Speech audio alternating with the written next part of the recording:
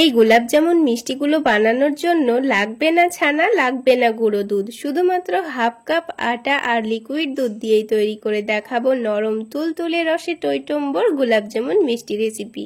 আসসালামু আলাইকুম বন্ধুরা, কিচেন বাঙালিয়ানা চ্যানেলে আপনাদের সবাইকে স্বাগত জানাই। এইভাবে গোলাপজামুন মিষ্টিগুলো বানালে দেখবেন মিষ্টির ভিতরে একটুও দলাভাব থাকবে না আর ভেতরটা অনেকটা শক্তও থাকবে না, একেবারে সফট নরম তুলতুলে তৈরি হবে। আর এই গোলাপজামুন মিষ্টিগুলো খেয়ে কেউ বুঝতেই পারবে না এগুলো আটা দিয়ে তৈরি করা হয়েছে, হুবহু ছানার মিষ্টির মতোই খেতে লাগবে।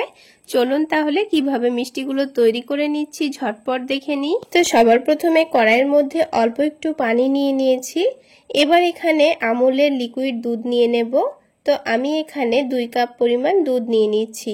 কড়াইয়ের মধ্যে প্রথমে অল্প করে একটু পানি দিয়ে দুধটা জাল করে নিলে কিন্তু দুধটা নিচে থেকে লেগে যাবে না। দুধটাকে ঘন হয়ে যাওয়া পর্যন্ত অনবরত নাড়াচাড়া করে নেব। গ্যাসের ফ্লেমটা একটু হাইতে রেখে দুধটা জাল করে নেব। তো গ্যাসের ফ্লেমটা বাড়িয়ে রেখে দুধটা জাল করে নিলে কিন্তু অনবরত নাড়াচাড়া করে যেতে হবে, যেন দুধটা নিচে থেকে না লেগে যায়, তাহলে খুব তাড়াতাড়ি দুধটা ঘন হয়ে যাবে। তো দেখুন দুধটা কিন্তু আগের থেকে অনেকটাই ঘন হয়ে এসেছে। তো দুধটাকে জাল করে একেবারে শুকিয়ে নিতে হবে। দুধটা জাল করে শুকিয়ে নিয়ে এটাকে মাওয়ার মতো তৈরি করে নিতে হবে।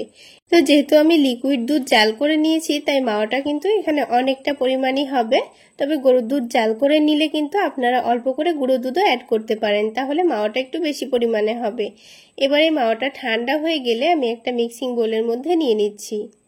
তো দেখুন মাওয়াটা অনেকটাই ঠান্ডা হয়ে গেছে আর একটু ঝরঝরেও হয়ে গেছে। এবার হাফ কাপ পরিমাণ মাওয়ার জন্য আমি এখানে হাফ কাপ পরিমাণে আটা নিয়ে নিয়েছি। এখানে এই উপকরণগুলো একটু ঠিকঠাকভাবে মেপে নিয়ে নেবেন, তাহলে প্রথমবারই আপনারা পারফেক্ট গোলাপজামুন তৈরি করে নিতে পারবেন। তারপরে এখানে 1 টেবিল চামচ পরিমাণ ঘি দিয়ে দিচ্ছি। তার সাথে 3টে এলাচের দানাগুলোকে একটু থেতো করে দিয়ে দিচ্ছি।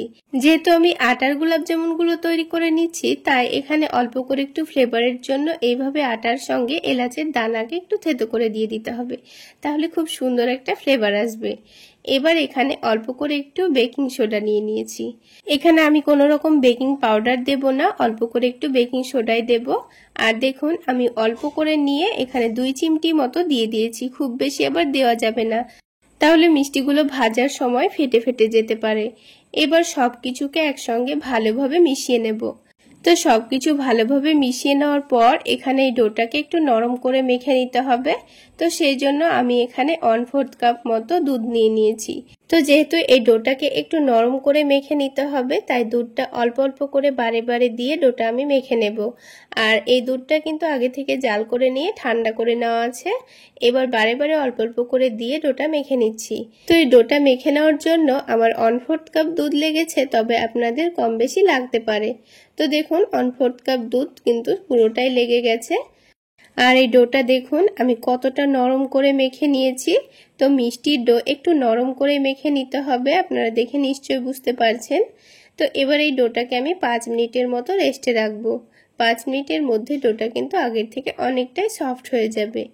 তো ততক্ষণে চিনির একটা শিরা তৈরি করে নেব। সেই জন্য 1 কাপ পরিমাণ চিনি নিয়ে নিয়েছি।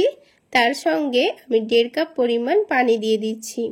তো এখানে 1 কাপ চিনি আর 1.5 কাপ পানি দিলেই কিন্তু এই মিষ্টির সঙ্গে পারফেক্ট শিরাটা তৈরি হবে। কারণ মিষ্টিগুলো শিরায় ডুবোবার সময় কিন্তু শিরাটা অনেকটা টেনে নিবে মিষ্টিগুলো ফুলে গিয়ে। তো সেজন্য শিরাটা একটু পরিমাণ মতো তৈরি করে নিতে হবে।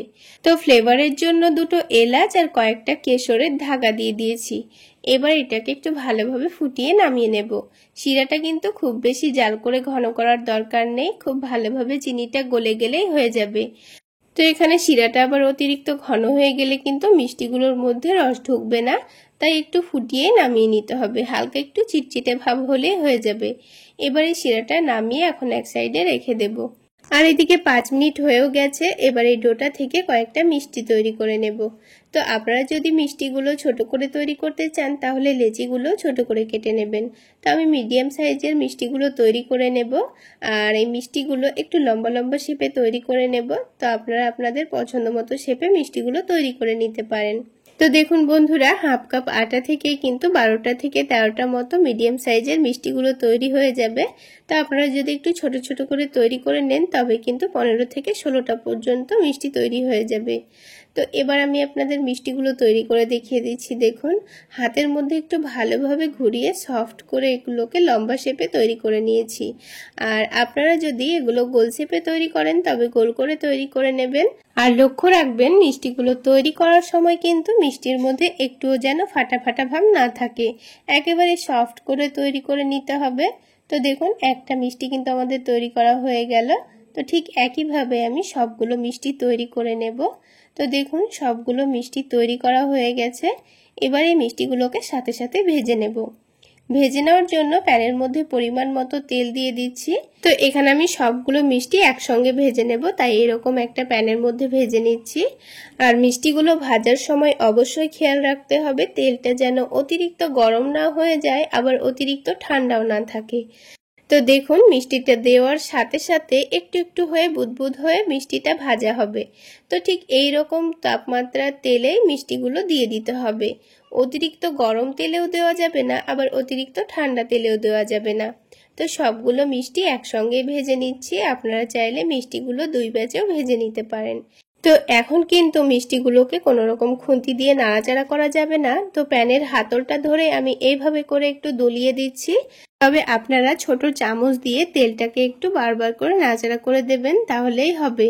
তো এবার যখন মিষ্টিগুলোর কালার হালকা চেঞ্জ হয়ে আসবে, তখন এই মিষ্টিগুলোকে আমি খুন্তি দিয়ে বারবার নাড়াচাড়া করে চারিদিকটা খুব সুন্দর কালার আসা পর্যন্ত ভেজে নেব।